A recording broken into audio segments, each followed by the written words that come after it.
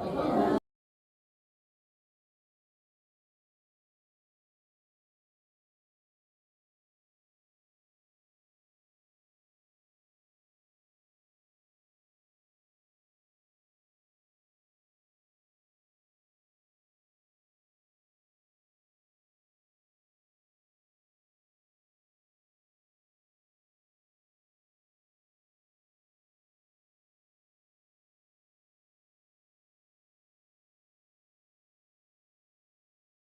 is my honor to call the September meeting of the Board of Education to order today.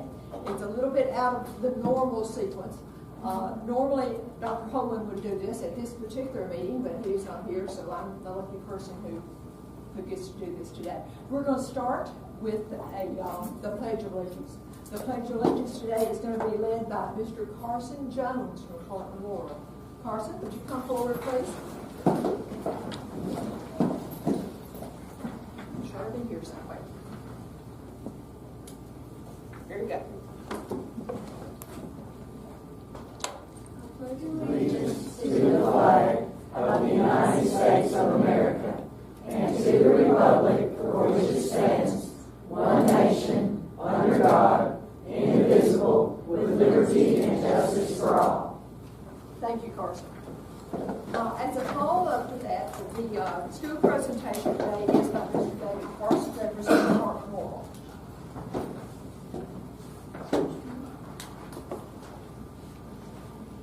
I was asked to give about a little 3-minute talk on what we've been doing at Clark Memorial thus far. We've only been in school for 1 month, so our extracurricular activities hadn't really gotten started. So I'm going to briefly describe the successes that we had last year. I would like to say that our roof is about 70% complete, and during fall break they're going to start replacing floor tile. Most of you know that a week before school started, we had a flooding on my front hallway.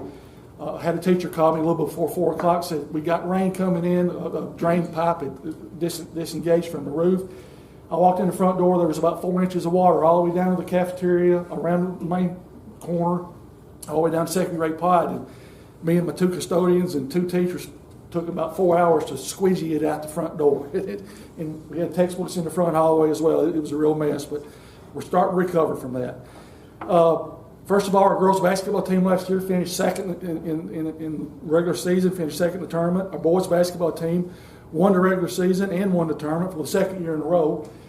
They've been undefeated for 2 straight years, but I think they're working on like a 40-something game winning streak.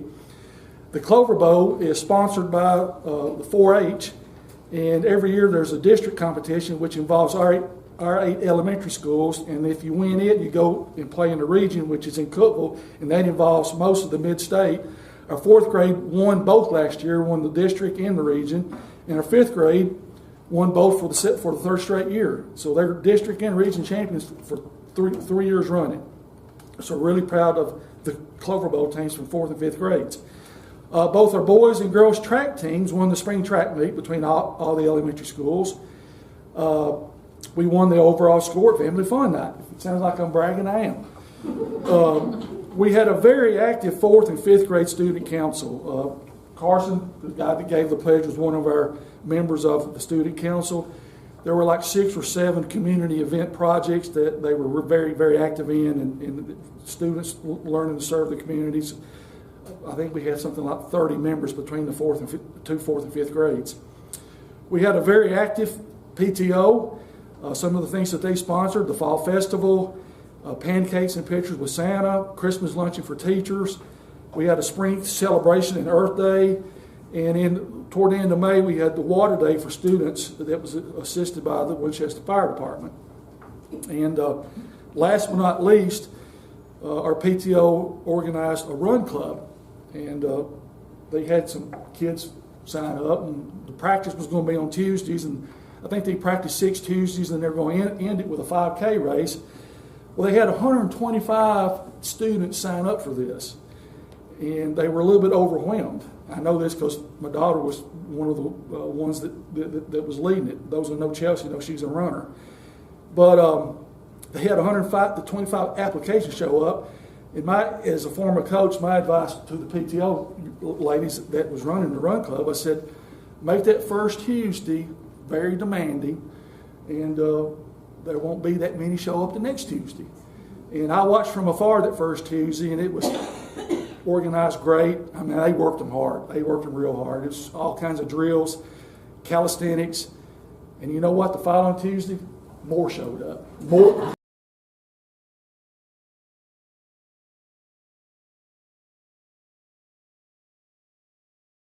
At the city park, and many of the parents ran with the kids. I saw some kids really working hard, and it really warms your heart. Anyway, that's some of our successes we had last year. We look forward to this being an exciting school year as well. Thank you. Thank you. Thank you, Mr. Carson. Thank you. The next item on the agenda is one that I'm very glad to see is very high on the agenda, is the election of officers. At this particular meeting is when you as the board elect the chair and the vice chair for the forthcoming, the rest of this particular fiscal year. So the floor is now open for a nomination for the chair. Nominate Clay Joe Walker for chair. Second.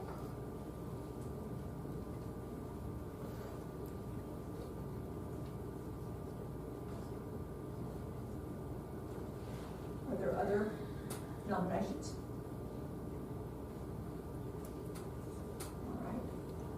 All right. All in favor of Ms. Walker being the chairman again for the 23-24 school year? I suppose say aye. Aye. I'm very glad you did this.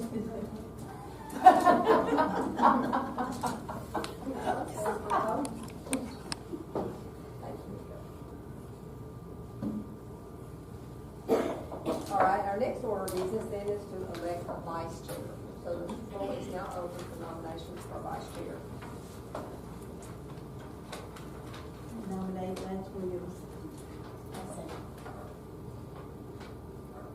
Ms. Linda, and seconded Ms. Schwartz. All in favor of Lance, say aye, please. Aye. Opposed? All right, taken care of. That brings us to our first real part of the agenda tonight. A new law has allowed now that we have public input at each meeting. The only stipulation is if the public chooses to address us at the meeting, it must be something that is on the agenda for the night's meeting. And those of you here, there's a sheet outside the door. It will be there before each meeting, and if you wish to appear before the board, all you have to do is simply put your name there, and we will allow you 3 minutes to address the board. So tonight we have Ms. Bridget Harris. Ms. Harris, if you can come up to the podium, please.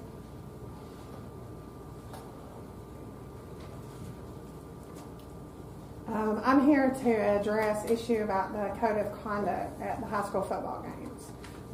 I've been to quite a few. My son plays in the band. He's a percussionist. So we go, we love to support the football team, and we know the kids like to have a good time. But with that being said, my husband, he's also an SRO, and he works at the games as well. So he sees the same things and more than what I see. But the last home game, it was the last home game, right? The kids, get up on the hill, on the sidewalk, behind the stands there. And there's always a lot of fighting, throwing things, just all kinds of things. People snatching phones, throwing them down. I saw some people ripping other people's money. But they were throwing things, and there was a Coke bottle, 20-ounce Coke bottle that had quite a bit of Coke in it. And they threw it down into the stands. And when they threw it into the stands, it went into where the band members were. And my son got hit in the back of the head with that bottle. And it was hard enough that they had to lay him out and put him on an ice pack and everything. And some of my adult children were also there, and they had a baby in a stroller and some toddlers, and they like to come around the top so they can come down easier than starting at the bottom and going up with the kids. So as they're coming up the sidewalk, kids are throwing things. fighting and all that, and there they have the baby. So I work for the school district, so, I'm not afraid to say, you guys need to stop that, get out of the way, whatever. But there's just a lot of kind of craziness going on. So, I just wanted to speak my mind about that and, bring it before you guys. Do you have any recommendations? I'm sorry, I can't hear very well. Do you have any recommendations? Any what? Recommendations. I'm sorry, guys. Recommendations. Recommendations? Well, I have talked to some parents because I know there's other things that have happened as well. And some of the SROs, maybe putting some kind of a barrier, some tape, cones, barrels, something where the kids can't get back in there and fight and throw things, make them stay out more in the open. I don't know, I'm not really sure what the answer is, because they can't police everything, and I know kids are wanting to come, and then lots of kids get dropped off without supervision, but maybe just make it where they're not congregating and it's getting out of hand, because when they're dealing with other issues all over the place, they can't watch everything. Thank you. All right. Thank you. Thank you.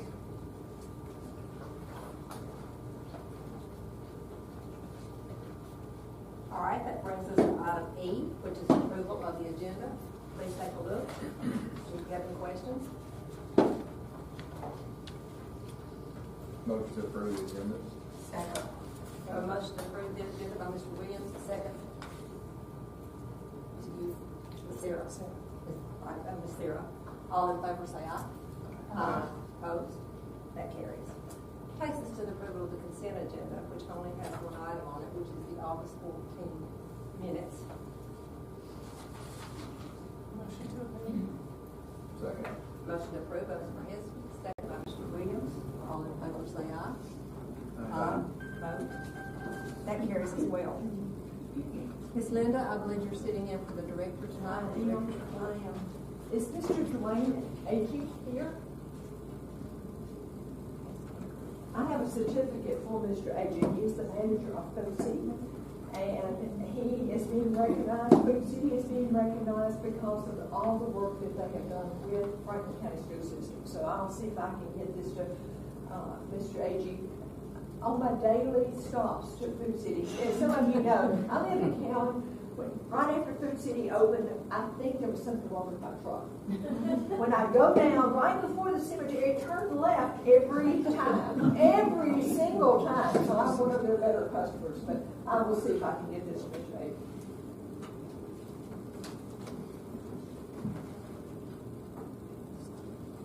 Do you have the curriculum update? I do not. All right, Ms. Harold. You have to forgive me. I had dental work this afternoon, so my face is numb and my tongue is numb, so I'm going to talk briefly. For our curriculum update, it's really just more of a celebration and to kind of put these ladies in front of you all so you can have faces with names. These are our instructional coaches.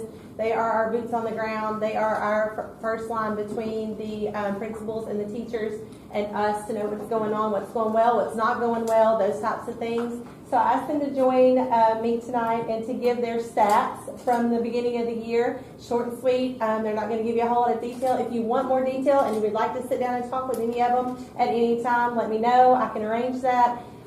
Just for time purposes, I just want them to share their quick stats for the beginning of the year. So we're going to start with our literacy coaches. New literacy coach this year taking Dr. Barbara King's place when she went to Rock Creek is Ms. Heather Albert. She's our K-3 literacy coach. Nice to meet everybody. I'm just going to give you some stats. So far this year, I have represented Franklin County in 2 of the literacy and network learning days for the South Central region. I have attended 3 PDs with Elizabeth Rose, which is our NIET representative, to learn the process of lesson preparation. I have actually sat in a 3-hour training session with Elizabeth Rose, her kind of helping me, coaching me along on what my role is as a reading coach. I was involved in several of the Boost reading, which is a supplement for our reading program. I was involved in several of those trainings and some Boost implementation meetings to help implement it into the classroom. I helped Elizabeth Rose co-lead for third grade PD that was helping beginnings of the implementation of the lesson prep protocol. It's a continuation from our unit prep from last year.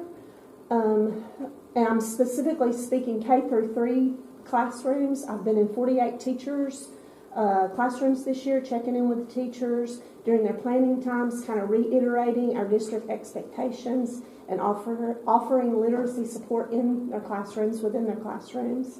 For K through 3, I have went on walkthroughs with 48 teachers during literacy instruction times, and then I've collaborated with walkthrough teams and had several conversations in hopes of helping our teachers take their instruction levels, or their instruction to the next level.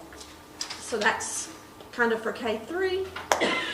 Hi, I'm Amber Steele, and I am formerly from Deckard Elementary. I taught first grade and fourth grade while I was there, and last year I took the role as being the literacy coach for grades 4 through 8.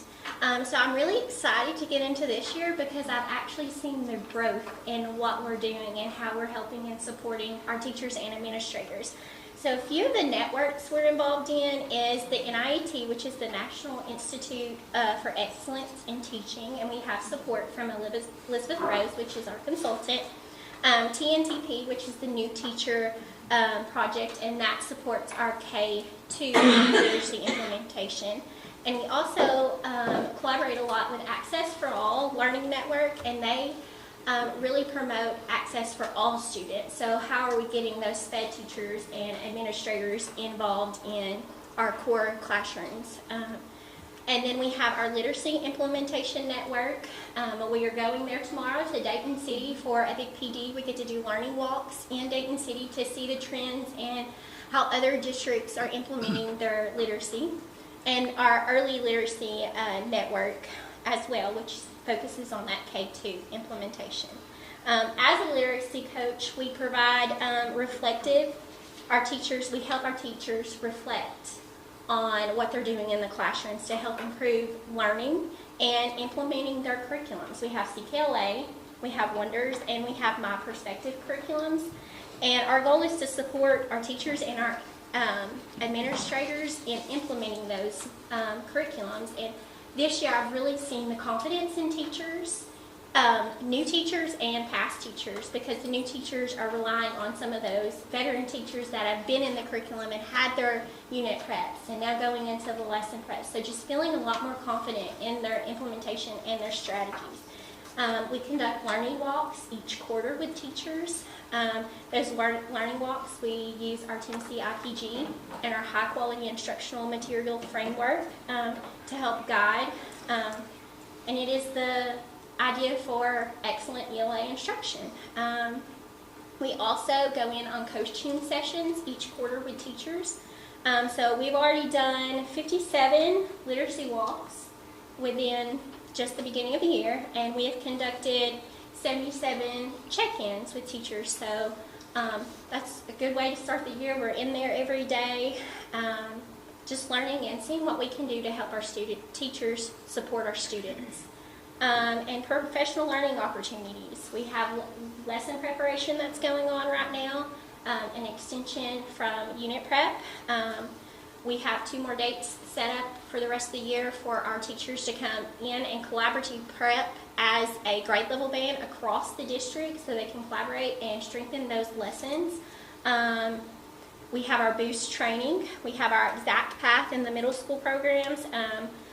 Our Access for All networks, we meet each month, and then we go back and bring that information to our teachers. Our next meeting with them will be what supports and scaffolds we can provide our students that they have all access with the new law of implementing all students into the classroom, so that inclusion piece. So that's really vital for our teachers, because a lot of times when they go to college, they have one course on how to teach SPED students. So now they're having more supports and scaffolds to help them with that implementation. and Lynn walks. But I just want to share how excited I am because I've seen the growth within a year. Just 1 year of being in this position and going through these literacy walks, just the confidence and the growth and the high level thinking these students are doing. So I'm really proud of going in the right direction. So, Rachel. Hi, I am Rachel Shields. I am a former 6th grade math teacher at North Middle School, and this is my second year as our district math coach. We only have one math coach, and I serve grades K-8, and then I do push into the high schools to support them as best I can, but primarily focusing on our K-8 grade band. This position started last year in the heat of the textbook adoption for math and the shift in our math standards.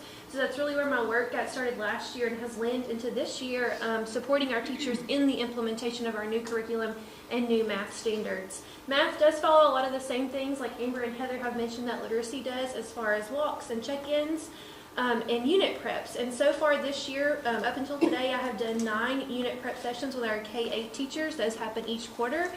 Where our teachers will come together across the grade band to prep a unit together with our new curriculum. I have done 4 curriculum PDs with our curriculum specialist, and we also have one more coming up at the end of this month. Today, actually, we started our learning walks for math, so Ms. Harrell and I got to visit 7 of our middle school math classrooms with 4 more days tomorrow, and by the end of this semester, we will have visited all of our K-8 math classrooms. Most of them will be in there twice. I have done 111 check-ins during teachers' planning times, which is quite a bit, but a great way to get in and support our teachers in the heat of this, getting our feet wet with this new curriculum to figure out what supports that they need. And I've also really just been a liaison between our curriculum and our teachers with what questions we have, what troubleshoots we have, what programs are not working, why they're not working in that piece. So really, a lot of my work up until this point has been around our curriculum implementation. But I echo everything that Amber said. Our teachers are really doing a good job, and I love being in this role and working with our math teachers. All right. Hello.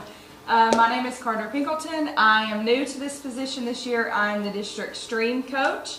So I taught 3rd grade for 6 years and then 1 year in 6th grade. Most of those were science, so I'm really happy to do this. More fun than the math and ELA position. So it's less stressful, more fun.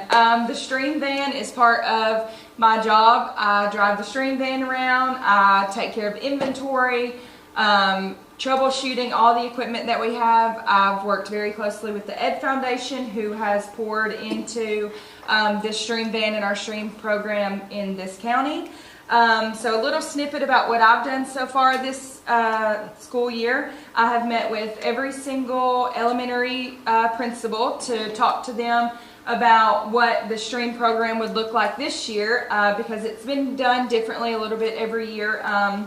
And of course, I came in with a new vision of what I wanted to do. So I met with all of the elementary school principals. I have met face-to-face with 17 teachers so far.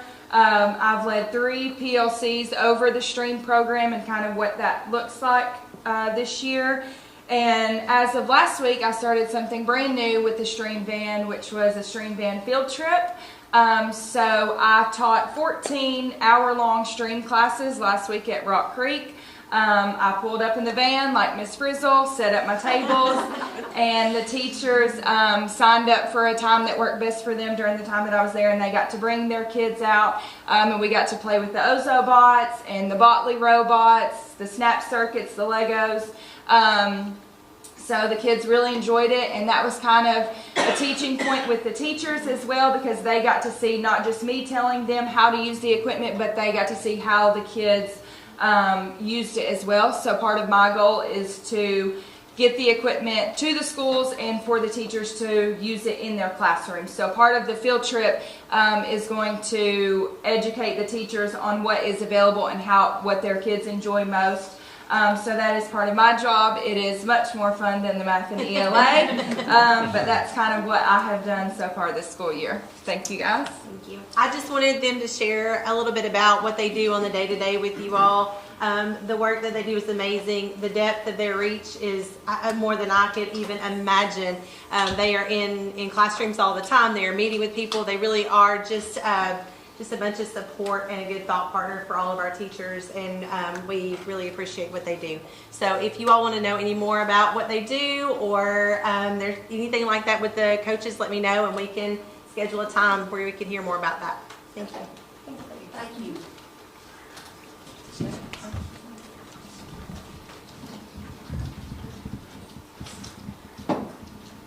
Ms. Linda? I'm very glad to tell you the personnel report is much shorter. It seems like our staff is stabilized a little bit. I don't want to bring bad luck or anything right now, but we appear to be fairly stable. We have one teaching position at Deckard. We still need a kindergarten teacher there. We have been able to use Plan D at the kindergarten teacher that we needed to put in there, but it will work fine for this year. I do have both of those. I will have both of those positions still posted, making sure that we continue to look, and we fill one at Deckard just as soon as we can. The support positions, all the other certified positions are filled, to my knowledge. The support positions, we were able, I think we only have one custodial opening right now, and that's in Swanee. We have 2 or 3 special ed assistant openings that we are still looking for someone very good to take care of.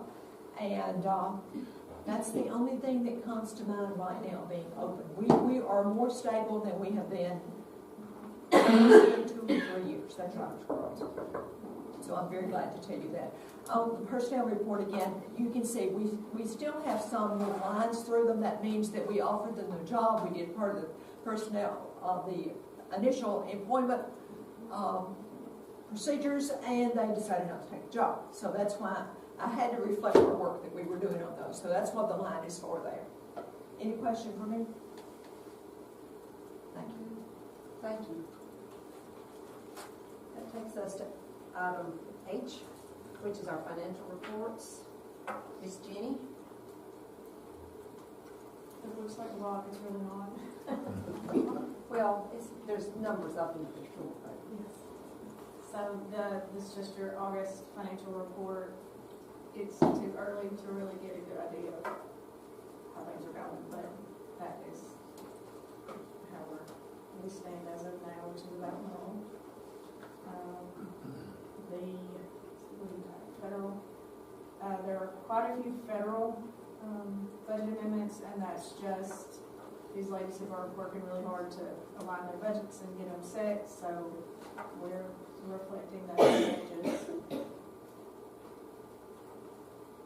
And just a handful of general purpose budget amendments, things that were missed on the spreadsheets during the regular budget process. The budget is made up of about 20 different tabs, and occasionally small amounts get missed. And then Suzanne Mitchell was able to align her Spark grant, so we're pulling that out of her reserve. I believe that's about it. And then there is a Conard-Minolta new lease agreement for Rock Creek School that it simply is coming through as an approval. I have a question. So with because for 3 months there's no sales tax on food, is that having an impact? We won't know. Sales tax runs a month behind. So what we're getting now in August is what was collected, a month, 2 months ago. Okay. So we're not going to know the impact of that, unfortunately, for probably another three months, at least. And how do we anticipate that will affect? Until we know, what those numbers look like. Just a guessing game. Yeah, we just don't know.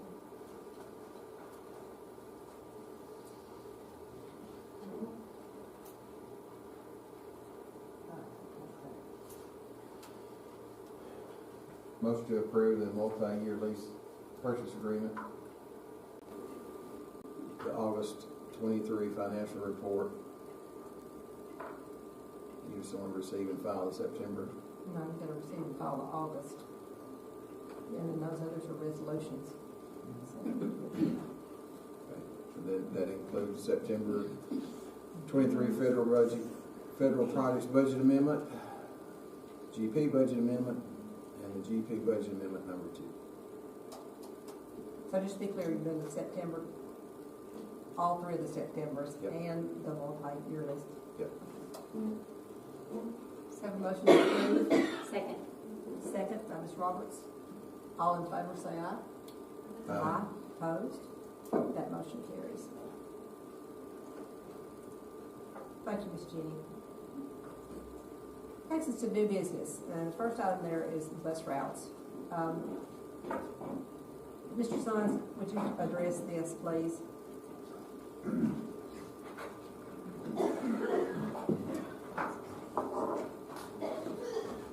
I'm Jeff Sons. I'm the transportation director.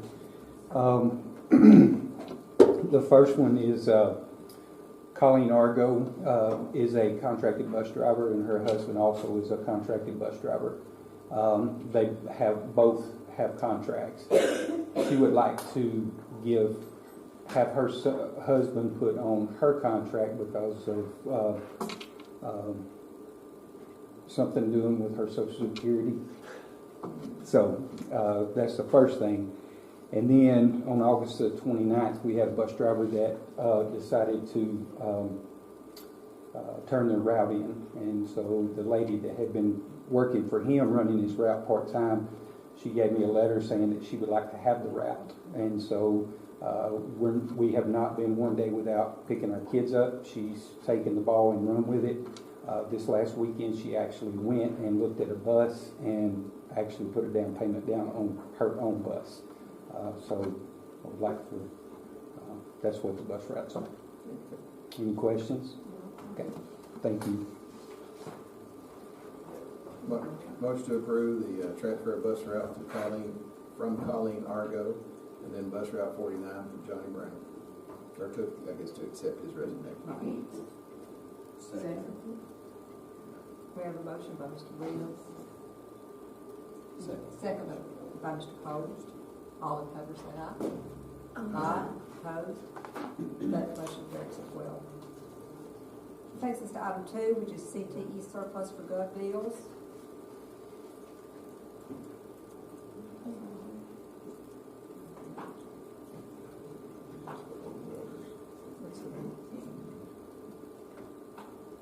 Old, outdated equipment, as it would appear. Motion to approve. Second. A motion to approve by Mr. Williams, second by Mr. Cole. All in favor say aye, please. Aye. Opposed? That motion carries. All right, Ms. Lynn, back to you for policies. Section 1. Section 1 is this is the month of the annual review of Section 1. As I was asked to do a little bit earlier this year, I tried to go through this whole section and standardize the capitalization of numerous terms.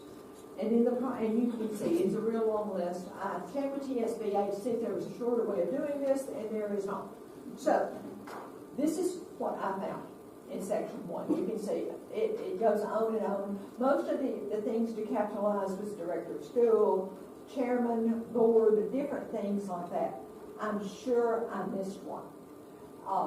When I was going through the list, I did talk to Jennifer White. She said, this is the only way to actually get it in, to see the changes, and then move forward in that regard. So that's what I will do. I'm sure I missed some. So with your permission, if you found others that I missed, if you'll simply get that to me, I will merely add them to this list. I'll add them to the list that I'll give them to Ms. Patty to be included in the agenda. So we'll have a good record that we found everything that we're supposed to find and try to standardize that. It's very obvious. It needed lots of work in that regard. So that's my attempt to do that. But like I said, if I miss something, just get them to me. I'll get them fixed. I'll send them on to Jennifer White tomorrow, the next day, and we'll make the policies look a whole lot better. The plan is to do one each month and get them in good shape. there is one policy that I'd like for you to look at again, and that is policy 1.404. This is the policy that you actually approved last month. This is the policy in which you actually added the section on page 2 in regard to the public comments. TSBA went back and looked at that again, and I think there was a legal issue, and they asked to change, they sent a recommendation to change line 25 and 26 as is written here in red. The chair shall have the authority to terminate the remarks of any individual who violates state law or does not adhere to board rules. That sentence was in a different form in your current policy. I'm sure there was some legal issues concerning that. This is TSBA's recommendation in that regard now. I think the original sentence used the term abusive. Yes. And I think that's that's the only policy per se that I'm bringing forward in front of you today in section 1. Motion to approve section 1 policies, including 1.404 with the revisions. Oh wait, I do have a couple, like, little questions. They're not big ones. So one of my questions is in policy 1.201, duties of officers. And it says chairman and the chairman of the board. And I just wonder if, my thought is that chair of the board would be more appropriate. I did try to fix that. We've had a chairwoman of the board the entire time. As I was editing that, I assumed that would be a correction. I should have mentioned that. I assumed that was a correction that you'd like to make, and I might have missed that particular one. I just deleted off the money and just left chair and tried to capitalize it out at the same time. Sarah, that was which one? 1.201. 201. Okay, I'll go back and see if I can add that to. Thank you, Sarah. The only other policy that I'd like to bring forward to you today is policy 2.802. Hang on. I'm sorry. I'm sorry.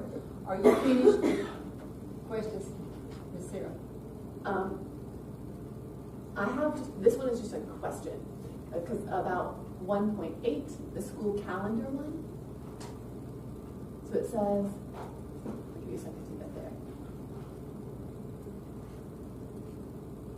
So it says like a minimum of 180 student attendance days, 5 in-service days, 1 day for parent-teacher conferences. Mm-hmm. And I just wondered if, Those are actually 2 half days. Yeah. 2 half days. There's actually a parent-teacher conference scheduled in the fall for 3 hours, and there's a second one scheduled in the spring. So do teachers get paid for those 2 days as an extra? They get paid, it's part of their contract, part of their 200-day contract. Okay, so it's time they're paid, it's not outside of their work hours? No, it's not outside of work. And in fact, I should put there where it says 1 day for parent-teacher conference, should put in parentheses 2 half days there. That might be a little bit cleaner. Is that a problem? Sounds good.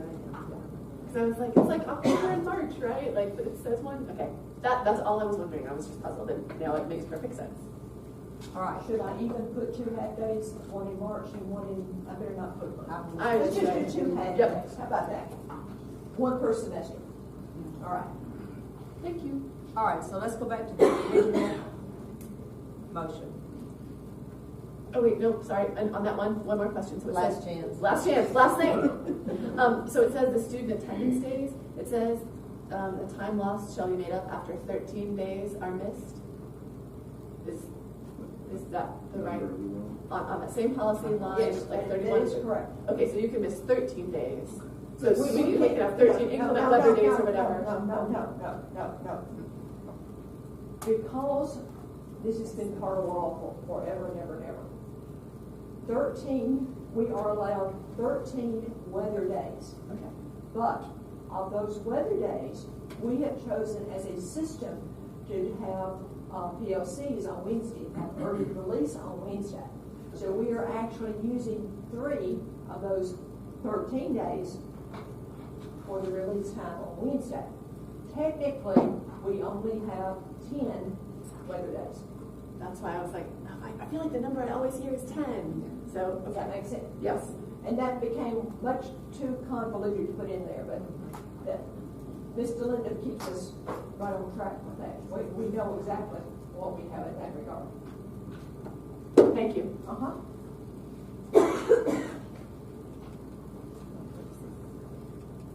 Back to the original motion. Which would you repeat that? Motion to approve section 1 policies, including 1.404 with the changes that GSBA. And like I said, I will religiously go back and try to find every single one of those, and if I miss some, I'll add them. I'll get Ms. Patty the correction. We'll include it in the minutes, so everybody's above board in what I've done in that regard. And that will be monthly. We'll keep plugging along until we get it all done. Second. All right, we got a motion on the floor by Mr. Williams and a second by Ms. Roberts. All in favor say aye. Aye. Opposed? That motion carries. Thank you, Ms. Linda. That's a lot of work. Yes, I've got one more I need to call your attention to. I do need to ask you to look at policy 2.802 because of a change in law. The finance office can no longer deduct FCEAUs. That particular policy was not up for review until January. Payroll is the end of the week, so I'm asking you to go ahead and delete that particular policy if you would, please. Make a motion to approve 2.802 payroll procedures. Second. Motion by Ms. Roberts, second by Mr. Williams. All in favor say aye. Aye. Opposed? That motion carries as well. Thank you. Takes us down to the section which is discussion. I believe, Ms. Leakey, you will ask that we put policy 3.5 on for discussion tonight. Right, and you know, we had some challenge to this several weeks ago from actually from our state representative, Representative Iris Runner, contacted a couple of us that she had been alerted to what we might be doing that might be eliminating or not feeding the children.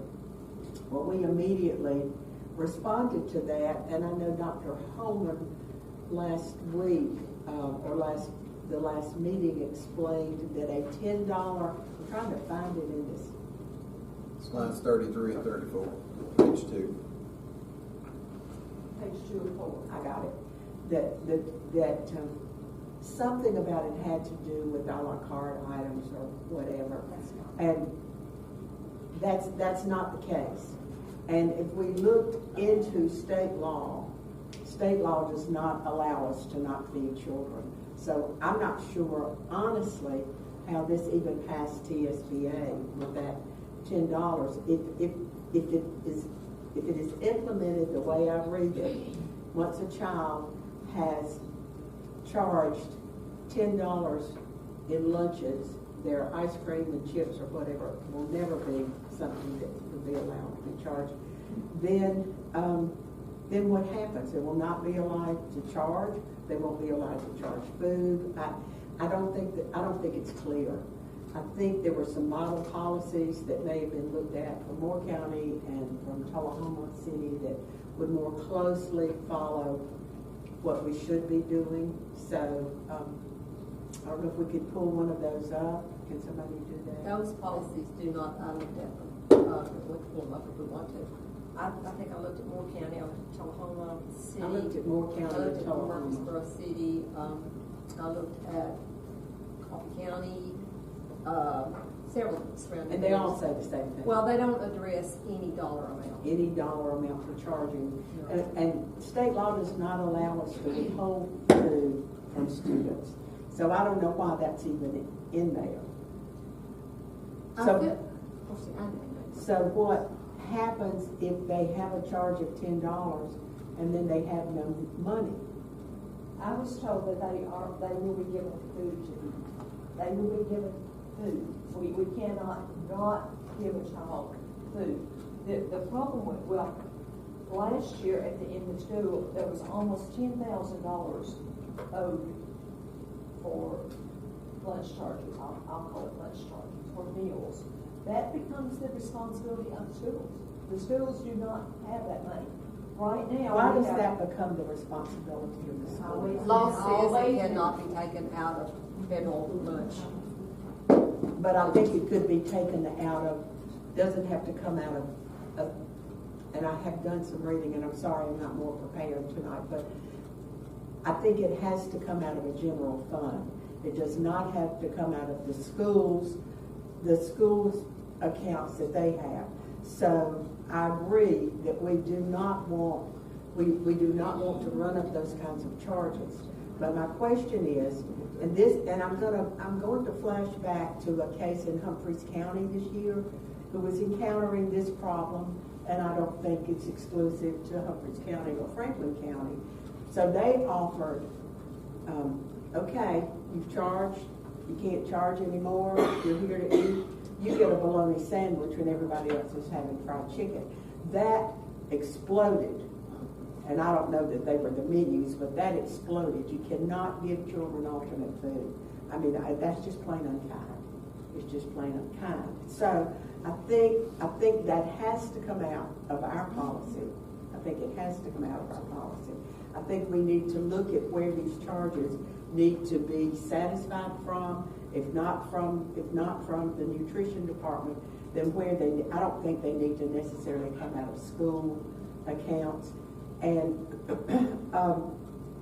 the other thing I want to point out is, and I think many of these children, some of this may have arisen out of, we can blame everything on COVID, but there was a time when they didn't have to pay for any meals. And so now, this year, last year, they've had to pay for, some schools have to pay for some of the food. So maybe parents are not as aware, maybe parents just like to not having to pay and want to continue doing that. But if they're not getting free and reduced lunch and they're entitled to it, that comes out of our TISA funding. So I think there's a whole can of worms in here that need to be kind of explored. If children are eligible for free and reduced lunch and parents will apply for it, that will increase our TISA funding, number one.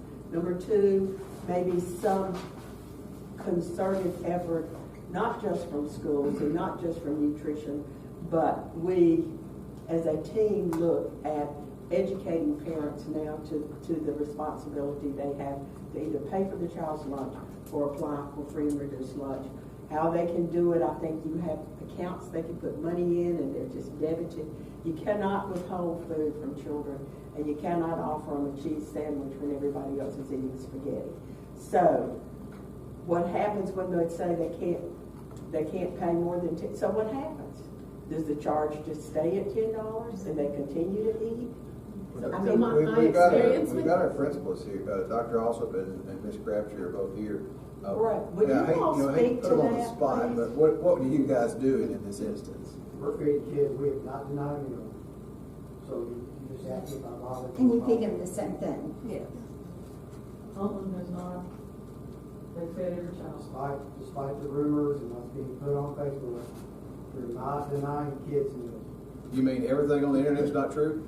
That's a shocker though. I mean, and this has been my experience too. Like, the kids can't charge extras. You can't buy the Doritos, you can't get the ice cream, you can't get the fun slushie, but yep, you can go and get a lunch. And they will give you a lunch, and that adds to the charge, and then your kid's like, Mom, send money to school. Like, But this doesn't read that way. That's true. This does not read that way. The language, I think, needs to be cleared up. I agree with you. When Dr. Holman explained it, though, that was the way he said, once you get to $10, there's no more Doritos and stuff. You're getting school lunch. Well, that says that here, but the interpretation among the general population is what happens. I mean, that doesn't take but 2 or 3 days if the price of lunch is down before you've reached that. So what happens on Thursday and Friday if you're already there? I wonder if there is some way to, I know that parents or children are given these forms for free reduced lunch. who's to say they ever get home?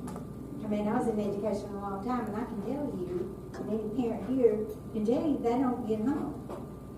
I'm wondering, and it's confidential, but I'm wondering about calling some of these people and saying, do you know that you can get on these free lunches? Do you know that it's confidential? And yes, it was free 2 years ago because there were funds. The funds aren't there, but if you fill out this form, your child's lunch will continue to be free. But you may have to have somebody do something like that to see if we can get that. Sorry, our principals do that. They do call, and they do offer, and they do ask them to do that. A lot of these parents don't want to feel they don't want to. They don't want to. And for whatever reason. There is a mechanism where parents can actually put money in the student's account too. That's not a hindrance either. And these are people who just know they're going to be able to eat, and that's how the charges ended up at $10,000. It wasn't the lack of communication at all. It's the fact that they went in and they kept charging lunches. Can you withhold, I mean, because like if you don't turn in your books at the end, like you can't get a report card. Can you like withhold a report card? Technically, you're not supposed to do that either, so, yeah. All they gotta do is get on Skype. I'd be curious to know, and I haven't seen the breakdown on it. I know that, I wish Ms. Fonda were here tonight. The breakdown on what is owed at this point this year compared to what was owed last year at this point. It's better this year. What we had done is, once they hit that $10 limit, the assistant principals were bringing those kids in and just letting them know, hey, you hit your $10 limit. Here's a free reduced lunch form. Take it home, fill it out. You may qualify. We're also giving them a flyer on the My School Bucks, is what Jim was talking about. You can download the app and pay that, very easily. That's how I pay my lunches. We talk to them, and I believe it or not, we do have parents that just will not return the form and they don't qualify for it. We've had kids that look, I've given this to my parents, they don't want to do it. They don't want to fill the form out. It's not the kids' fault. We don't want to punish kids. We want the kids to eat because, they're not going to learn if they're hungry and partial, and I get that. I think all we can continue to do is just keep working on it, And Ms. Walker, our students are not charging the a la carte items. They cannot do that. So it's not a bag of chips or ice cream they're getting. It's the meals they're charging. I guess to Sarah's point, it does seem like we should add language here to make it clear that we're not going to Well, it says line 35, students will not be allowed to charge a la carte items. Is that ever? Is that ever? That sounds to me like ever. Yeah, ever. Then I don't think line 33 has any value at all. It doesn't sound like it. If we're doing what we're saying we're doing, then. And we're required by law to do that. So it doesn't sound like lines 33 and wrapping up on 34 as. Ms. Walker, can I add something on Fonda's behalf? She shared some stats with me and I didn't bring them. But the way I remember it, it seems like last year at this time we had like $2,500 worth of charges. This year, at this point, this year at the same time we have $1,800. I was thinking it was like $700. It's about $700 difference. Also, too, we still have some schools where the whole school still is free. I think there's 7 of them already. The ones that don't eat free would be Franklin County High School, Broadview. I think it's North Lake and Swan. Is that right, Sharon? We eat free. You eat free. There's one other one. Rock Creek eats free? No, all right, so that's the one. Broadview, Rock Creek, Swanee, and the high school. Those are the only ones that do not eat free. But the vast number of our elementary schools are free, as are both of the middle schools. I just think the policy sets us up for criticism, for misunderstanding. Obviously, when I receive a phone call from the state representative that she's been contacted from folks in the community that say we are not feeding kids and kids can't learn if they're not hungry, that doesn't fare very well for our reputation. I think we're doing what we're supposed to do, but I think we're setting ourselves up for criticism with that particular One thing that North Lake is new to being where we get breakfast and lunch free. Okay, we're a CP school. But I've had two business owners. One they used to own S&J, and another one is another community business owner out there. They've offered. They said, "Hey, we want to pay for anybody with an outstanding balance." And I was like, "We've got it this year. Thank you so much." And I passed them on to another school. And so there are people out there. There are business is out there that also want to help. You know, which is a good thing. Like to knock down those charges, because some parents are also. They don't want to fill out those forms because of pride too. You know, they don't want to. So, which is not helping, but I mean, I'm just saying that there are people out there willing to help too.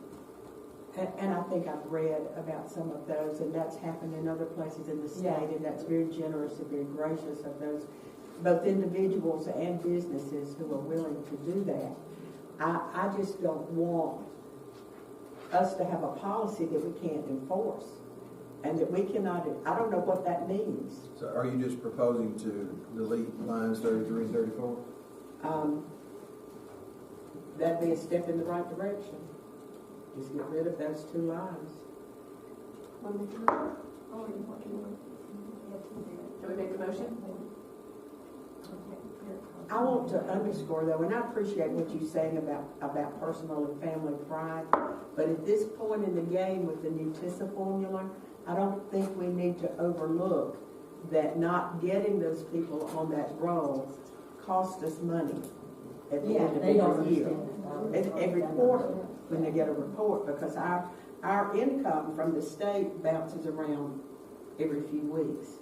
And I wonder if they know it's confidential. Even I could not look, and Sherry, I don't know, you had to sign a paper to even look at who was on a free and reduced lunch. No, I don't know. I mean, even when we didn't have everybody, I mean, there's no way that our... There's no way, and I had to sign a paper in order to do my school improvement plan one time, but it's confidential. Nobody knows, even the teachers at school don't know, so... And they put a number in just like everybody else. It's a number they put in just like everybody else's, so I'm just wondering if, you know, there should be something put out there that is confidential, that the number... They go through that line just like everybody else. And I never had a clue who was free and reduced. And no other principal does either. I don't think the public knows just how much money our schools, individual schools, lose to these charges. You know, that is a lot of money that goes out of the individual school fund back for these charges. And do we want to put a sentence in there about once a student has a significant amount of charges that the parents will be contacted, or do we just want to leave that up to each individual school to handle their own SOPs? Well, I'm going to guess that these principals are working in concert with the nutrition workers, the managers in their schools, and that they are doing that anyway. I'm going to guess that they're doing that anyway. I don't know that we need to put that in policy, but I don't think it would hurt anything. I think what we need is a policy that we can actually live with, and I don't think we can live with this one. What we don't want to do is start writing SOPs for all the schools. You know, we want to get to policy level, not the SOP level. Right. So if you guys are already doing that and don't need our assistance, then we don't need to muddy up the waters. We just need to remove lines 33 and 34 and move on. We need a policy that can be implemented and enforced. And I read this that a child can't charge over $10. So if those charges over $10 and he or she goes through the lunch line, then what happens? And that's the way the public is interpreting it. Do you all contact parents prior to this $10 limit, or do you basically wait until they get to the $10 limit and then contact? We wait till they reach the... You wait till they... If you didn't have a $10 limit, I guess at what point would you contact? I mean, that's kind of what we're asking. Yes. Do you want us to tell you at what point to contact, or do you? I think last year we were waiting until about $25 to contract. We were getting up around 20 as well. Of course, I've got smaller children, part of that as well, so that's. Do you see more of it on the secondary level or elementary? Secondary, middle school and high school. The elementary kids have money put in for them, middle school and high school. Just wonder how many, and this is, Use money on other things. Yeah, that's used to use money on other things, and just charge their lunch because they know they're gonna be away. Well, That's we just also, teenagers. we also mentioned that we had to pay a lot of money in the school year because of nearly $10,000 in charges. We can't sustain that out of my general fund, but cannot. They're already down now because of various things, but I can't keep doing that. The charges right now, as of last Thursday, $528.40 in charges, which is a lot better than most. At Christmas last year, we had $4,500 in charges. And again, I think if we really take a deep dive into Tennessee Code annotated, it is to come out of the general fund, but not the general fund of each individual school. I don't know if that would shift some of the focus to another level that might help in the collection and in the free reduced lunch and the TISA formula or not. Just gonna make it come out of fund balance. It would come out of fund balance, yes.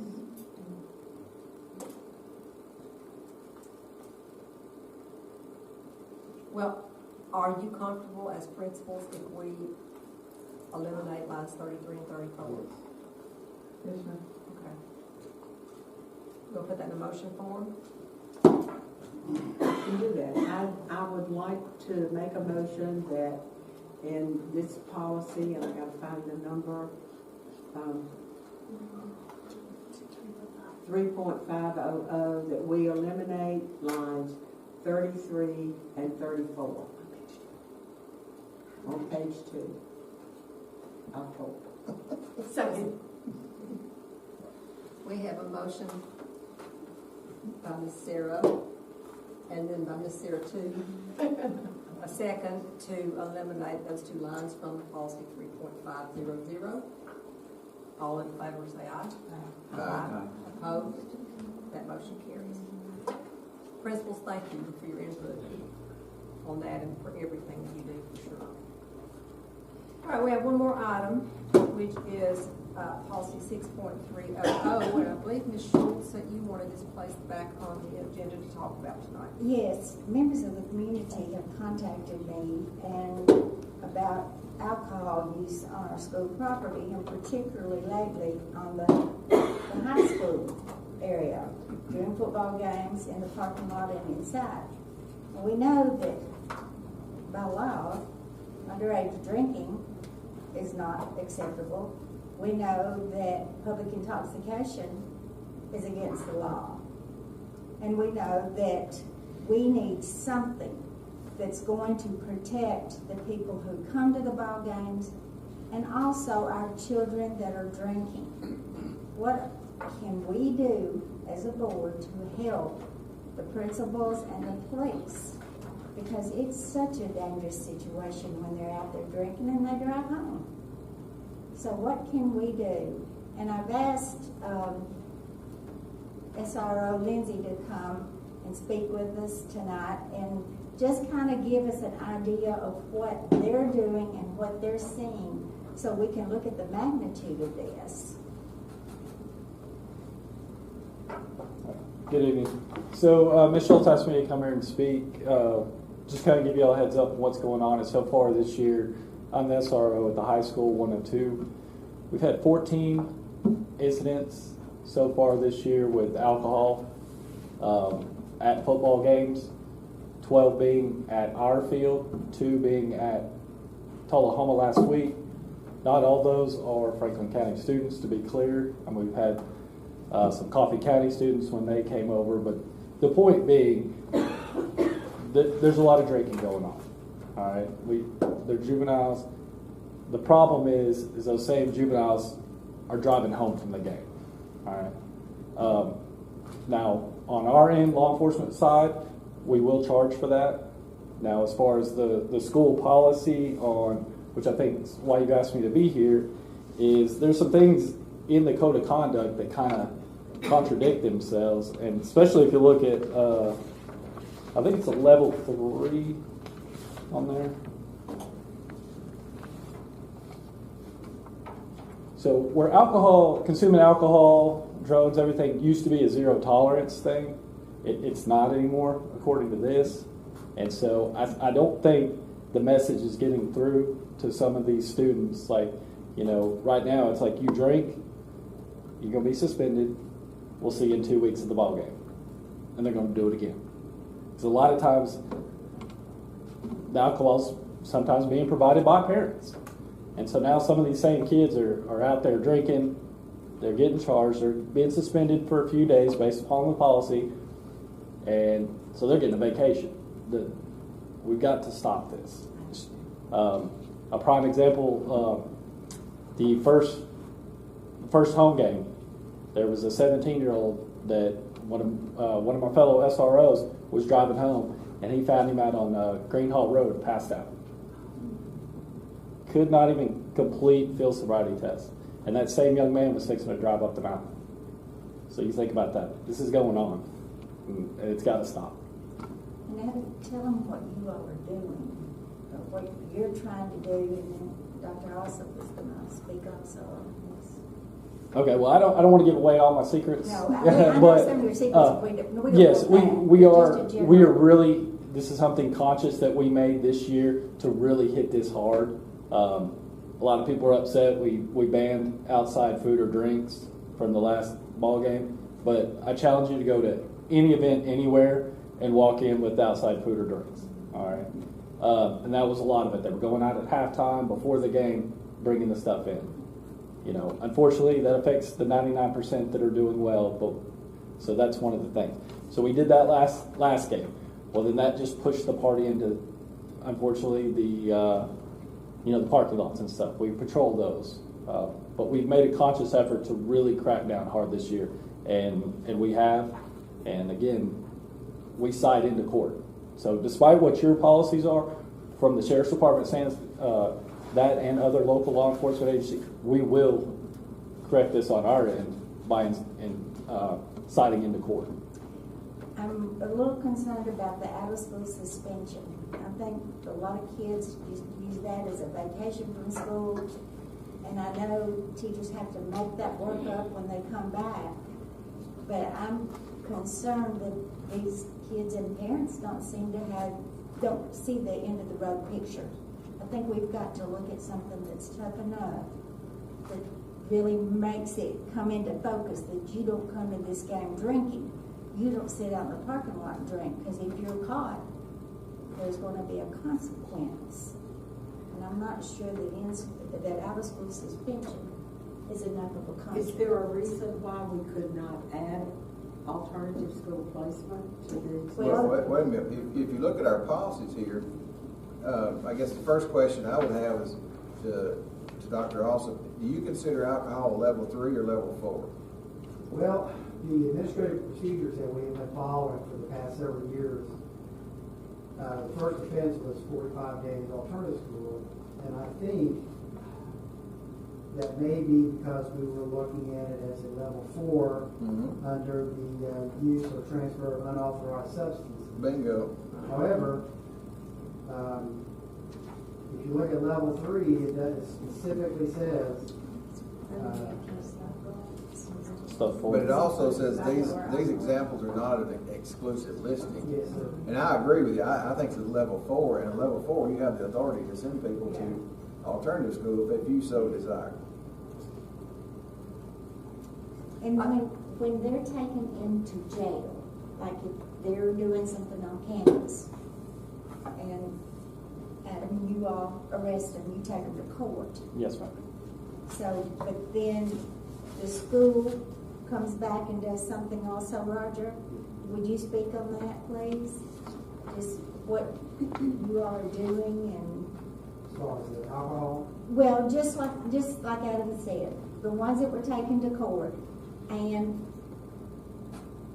for drinking, what is the school's role after the police arrest them and take them back to, what do you all do? We have jurisdiction, and we want to discipline those students. We want to send the message. And when I was made aware that it's actually a level 3 violation, we could not place them at the alternative school. And so we just came up with something kind of, we came up with something. Can we change it? Wait a minute.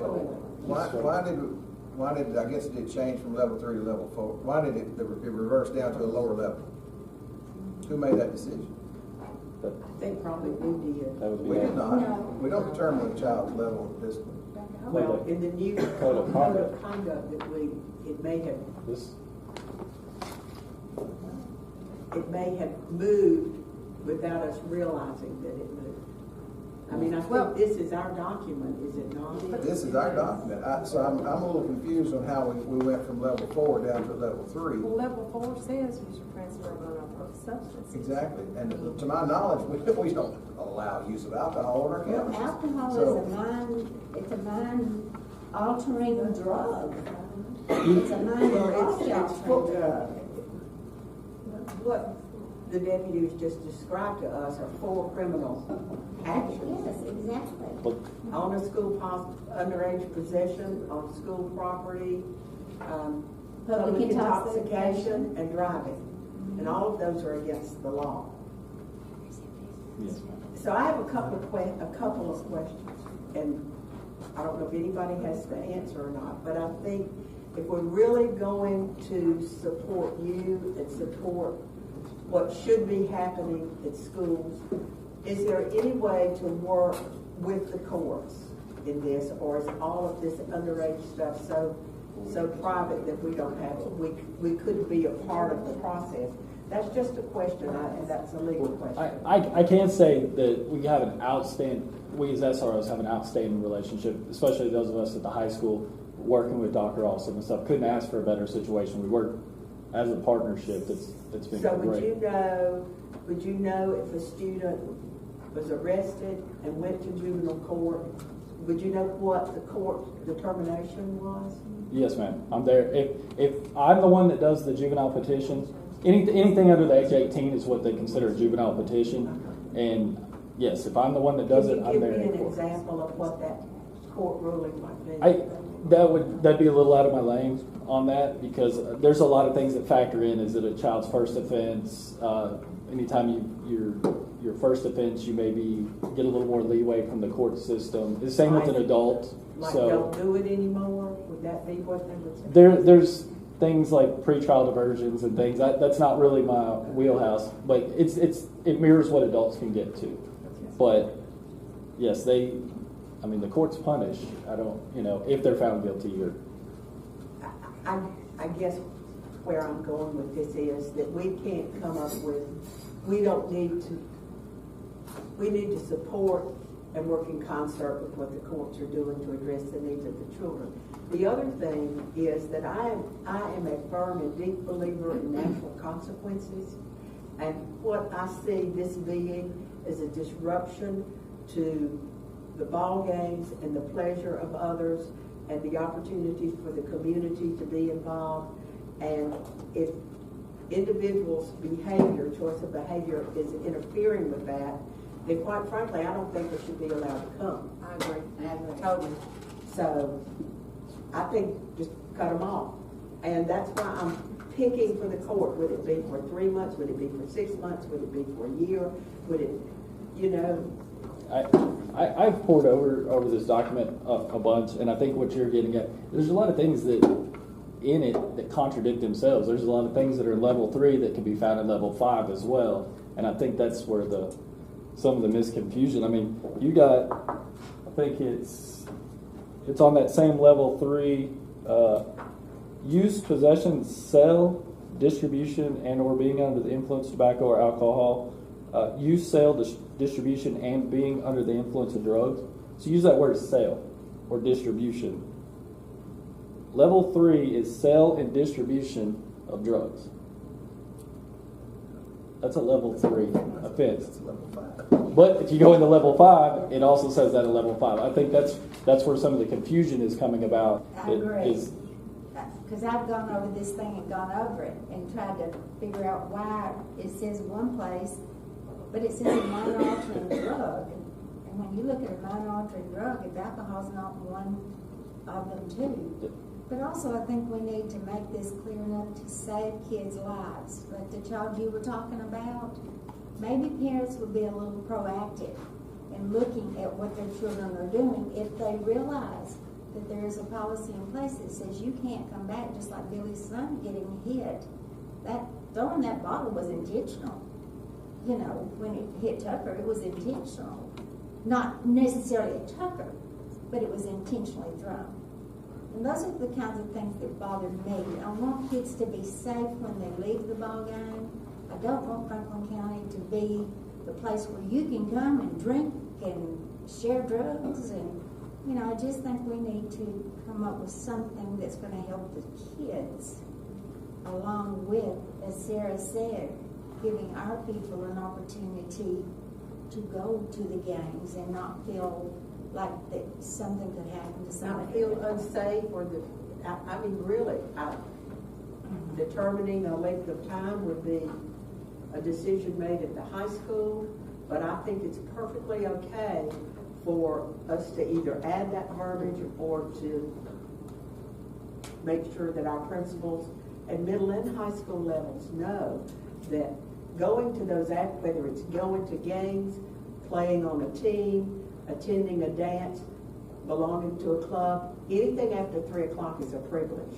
And if they are disrupting the pleasure and the opportunity for others to participate, then they've lost that privilege.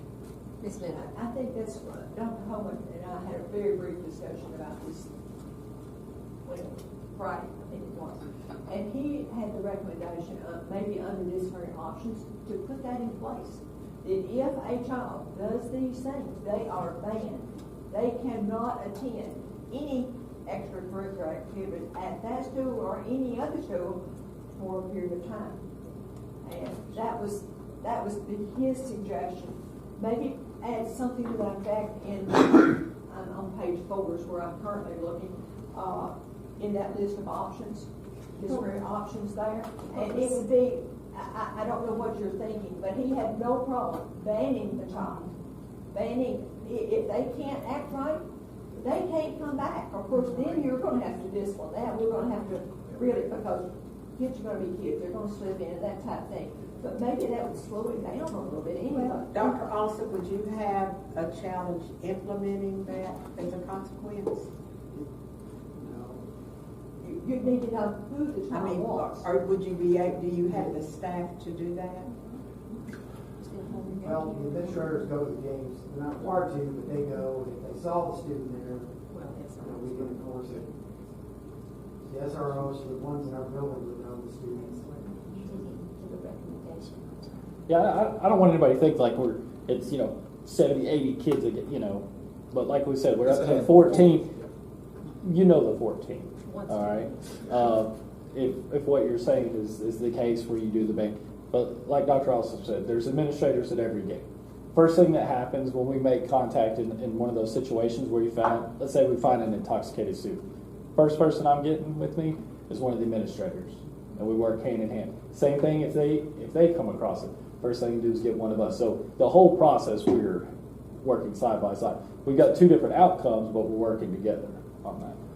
Ms. Foster, did he give you an idea of what a time limit would be? Are we looking at the rest of the year? Or?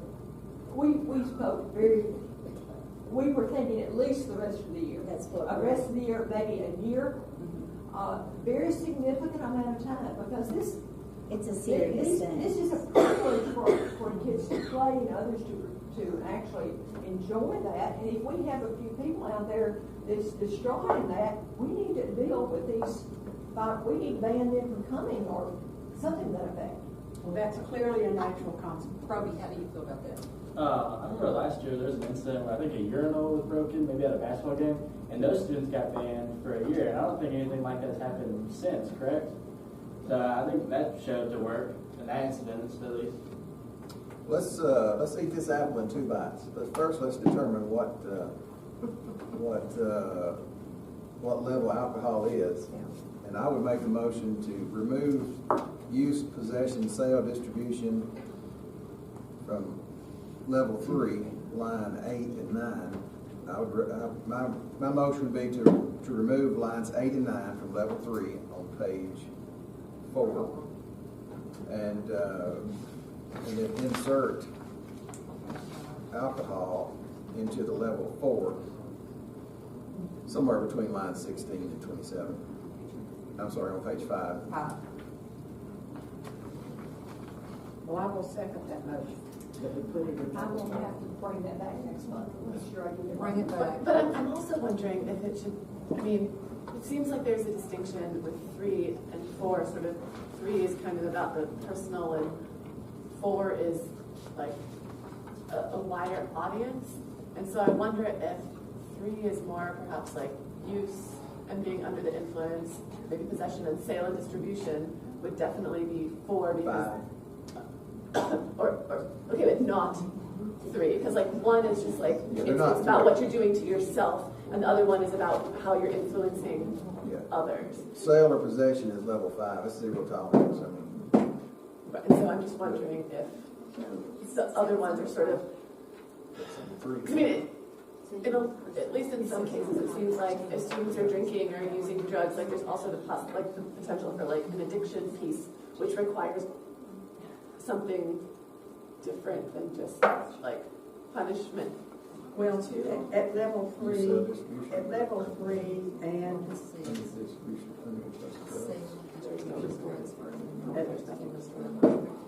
we could move some of those possible supports. Yes, ma'am.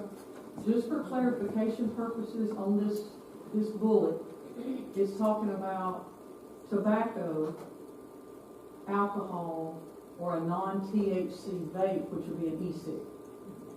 So I think I'm hearing you say that alcohol is what needs to be moved. Yes. The other things would stay They could at stay. level 3. And remember, these are examples, just Yes. like it says, not an exclusive listing. Yes. But we want to make it clear that alcohol on campus or at a ball game is not a level 3. It's level 4. Yes. Just That way making sure we you- weren't eliminating Yes. the entire bullet. Yes. Mhm.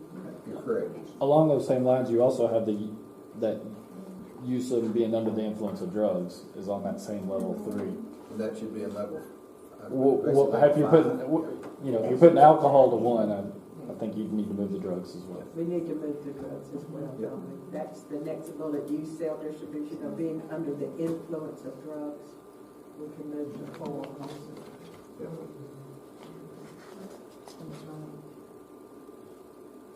Is that clear as mud, Linda? You got that? What about the drug paraphernalia? Well, That would stay. these are just It's not the examples, I actual mean, drug. like I say. Because paraffin is stuff, it's not drugs. Not necessarily. Yeah. I have to be honest, I'll give it a shot, and I'll bring it back next month. You know, I may ask because of where we are in the calendar, that we have a special, very short special call meeting, maybe in a week, to pass those policies before we have another home football game. I think we need to put some grit into this before October. And basketball's coming up But too. it's not just football games. I mean, that may be where the alcohol's at, but you still have drug use, so this can happen during the school day as well. But there's so many variables that we're not even bringing up tonight that I think we need a much more in-depth conversation about this. Because I'd still like to see some restorative practices in 4 then too, just because if you're seeing some of these issues, there can certainly be underlying causes that if we can help address them would benefit the students and the school. Well, if Adam Which is is part of our seeing goal. inconsistencies, like he said, and he had told me that earlier, then we need to look at the whole thing and see how we can fix that up to not be inconsistent. It needs to be cut and dry because we're dealing with people's kids. Well, you just have to remember, these are examples, this is not, like it says, it's not an exclusive listing, but we just want to make it clear that alcohol is not a level 3, and you have to give the principals and the director certainly the authority to give someone substantial punishment for showing up at a school function drunk. And do we need banned from extracurricular as part of the disciplinary option? I think it was in the message. That needs to go in there. 3 and 4. 3 and 4. And what the school system does would be on top of whatever. Yeah, ours is 100%, yeah.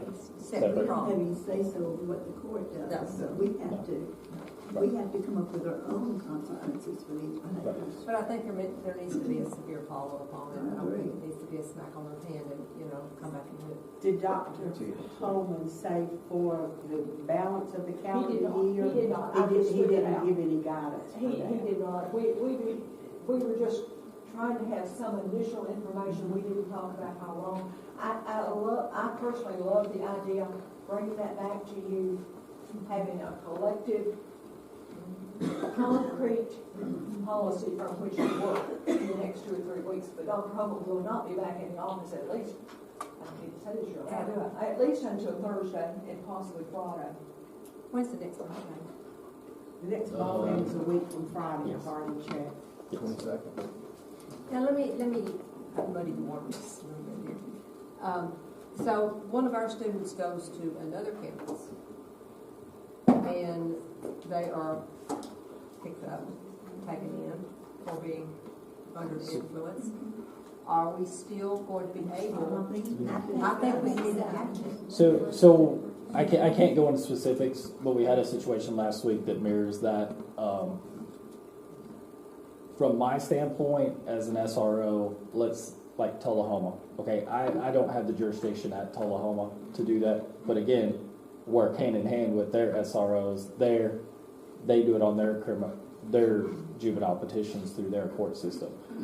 But it's also still, I let our staff know because that's still a school function, school activity. Even though it's at Tullahoma, it is a Franklin County game. It's a Franklin County activity. So, in my opinion, that's still covered under y'all's bounds. I feel like that's a question to maybe check the TSBA about. I don't mind.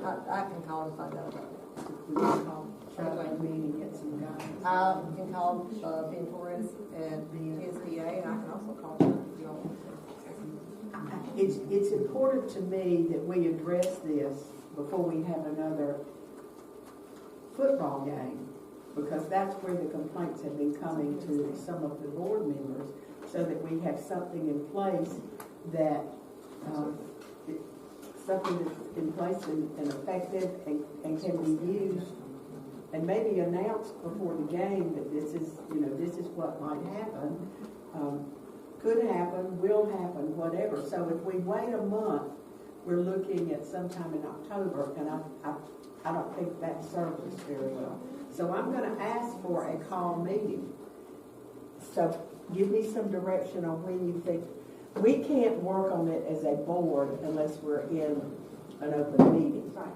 Can you work on it with your principals? You've got 2 high school principals, middle school principals, get input from them and your supervisor and come up with something, and Dr. Holman, and come up with some things and bring back to us? When would you like to meet, Ms. Walker? Tuesday night? We've got a meeting with the County Commission School Committee Tuesday night. Tomorrow? No, Week from tomorrow. week from tomorrow at 5:30. You want to meet after that? I don't know what we could. I mean, if that's the pleasure of y'all, whatever you will do. So, what month is that? No. So that would be the 19th. And that meeting is at 5:30. So we could say 6:30 here? For a special- Well, it's at the annex. I don't know why we couldn't just borrow We their can meet room. there. We can meet at the safer. It'll be quick. I think it will be if we have something solid to work with. We can meet at the annex after that. I'll try. You understand the gist of what we're looking at, don't you, Ms. Lynn? I do. Okay. I do. I may have lots of bullets, and you tell me which ones you like and which ones you don't like, and we'll we'll think about it. That's what we'll do. All right, so that's the 19th. 19th. Because the education meeting was tomorrow, and You're free tomorrow. I have that too, so. You're free. It's usually That's the the day. normal time, but we had to rearrange it. It's noted on the bottom, I think, of the agenda. Yeah, it is. I can't say, we put it more, it became more aware of it this year. I mean, we're not stupid. It was probably going on last year and years before, and since, I mean, other people were in high school, but maybe the term is more blatantly obvious, and it was like, you know what, enough is enough. Well, I don't think this was a criticism of you guys or even our principals, you know, we just want to find out what we can do to help. We're make trying to your help lives and support better. you and give you the tools you need to work with and protect these kids and offer this opportunity for the community. This is not in any way being critical. Oh, no, ma'am. You Like- need some support, and we're hoping that we can give that. Anything that y'all can do to help us out is. And kids have been trying, you know, if we want to end with something to giggle about, I was an 8th grade teacher for a while, and my kids were not allowed to have candy and drink and things in the classroom. And I kept noticing one child sitting at his desk like this. He had tubed himself all the way down to his back pocket where he had filled it with powdered Kool-Aid.